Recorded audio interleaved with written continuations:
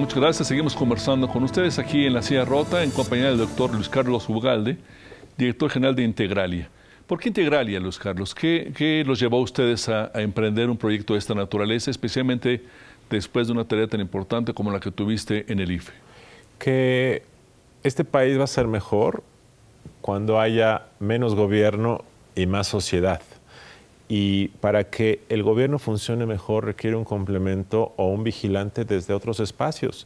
Integralia es básicamente un centro de pensamiento estratégico. No somos una organización civil movilizadora, sino más bien queremos hacer estudios para que otros los usen y exijan cuentas. El fenómeno de la democracia requiere exigencia de cuentas y cuando esta no existe, pues el gobierno funciona mal. Ese es el tema central y en el caso del Congreso, la pregunta es ¿quién le pide cuentas al Congreso? ¿Quién le pide cuentas al Congreso? Nadie. Los gobiernos, o sea, los poderes ejecutivos deberían de ser un contrapeso que pudiera vetar los excesos de los congresos, pero en México en los últimos años los ejecutivos, sea el presidente de la República, sean los gobernadores, han descubierto que a los congresos hay que mantenerlos tranquilos, no hay que molestarlos, incluso hay que inyectarles un poco de dinero para que estén contentos y distraídos. Es más fácil comprar a los legisladores que reformar el poder legislativo, por así decirlo. Es más fácil, sí. En todos los estados y también a nivel federal se ha empezado a discutir o empezará en estas semanas el presupuesto sobre el que gravitará la tarea del Poder Ejecutivo durante el 2015. Es un tema central y no en pocas ocasiones se ha atorado el proceso. Al parecer, esto ha venido acompañado también de una perversión del trabajo de los legislativos. Que ustedes acaban de sacar un reporte que entiendo está en su sitio de internet sobre una mirada en un corte histórico importante con un balance de este tipo de negociaciones específicamente sobre el presupuesto. ¿Qué han encontrado?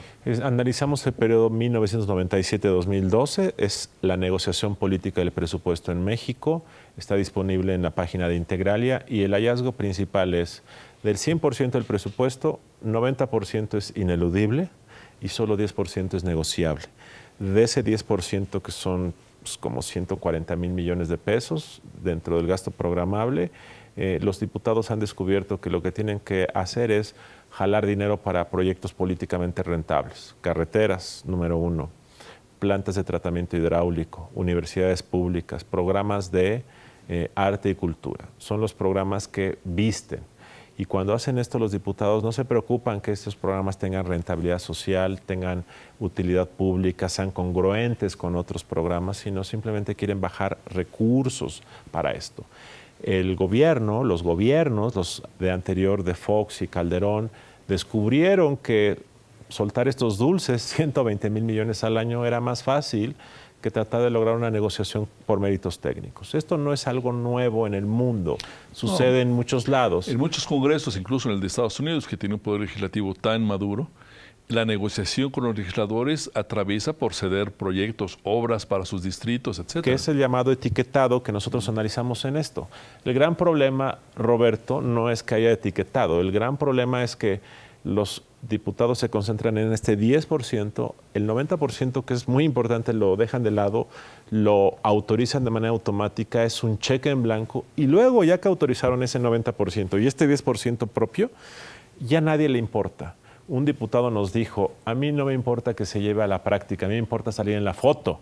Entonces, un gran problema del ejercicio del gasto público es que una vez que se aprueba, se celebra el monto aprobado, pero nadie da seguimiento a qué ocurre. Entonces, cada año se subejercen recursos, no sabemos el impacto real de los programas de combate a la pobreza. Y al año siguiente, la Auditoría Superior y el Consejo de Evaluación de la Política Social, el Coneval, dicen, estos programas no están cambiando la realidad, no sirven. Y sin embargo, los diputados una y otra vez siguen aprobando los mismos proyectos porque el criterio es político, rentabilidad política, y yo entiendo que el presupuesto es político, pero lo político debe estar inmerso en una lógica también de impacto. ¿De qué sirve gastar 200 millones en un programa de madres viudas en el campo mexicano? Bueno, pues, es muy popular por el nombre, pero muchas veces no llega a madres ni llega a viudas y se queda con intermediarios y líderes políticos regionales. Pues habría dos problemas. Uno, el grueso del presupuesto que no es suficientemente estudiado o discutido por los legisladores, y particularmente por los diputados. Y luego estos 120,000 millones de pesos. Cuyo impacto es dudoso. Que despierta una rebatinga. Así es. Mira que en la primera parte se puede reflejar en lo que está pasando con la educación. que hay una gran inversión porcentualmente hablando, más allá de la que recomiendan incluso organismos internacionales, pero nuestra educación es de pésima calidad. Un ejemplo de esto, el FAEB es el Fondo de Apoyo a la Educación Básica, es la partida singular más grande del programa del presupuesto de egresos, son como 300,000 millones. No hay otra partida singular más elevada que esa. Cada año la Auditoría Superior de la Federación dice que 25,000, 30,000 millones de esa partida se desvían. Los gobernadores toman un pedazo del fondo de ese apoyo para educación básica y la reasignan a comprar camionetas, a construir una universidad, a pagar la nómina o para otros fines. Entonces, cada año la auditoría lo señala y sin embargo esos gobiernos siguen recibiendo la misma partida año tras año. No hay sanción por el uso irregular de estos fondos. Entonces, yo te aseguro que de estos fondos a la educación pública hay un 10, un 15, un 20% que se está desviando quién sabe a dónde y no hay forma de saber este tema. ¿Qué otros hallazgos tuvieron ustedes en este estudio? Otra cosa que hemos descubierto es un fenómeno reciente, nuevo, que es muy peligroso, que es el tema de la gestoría.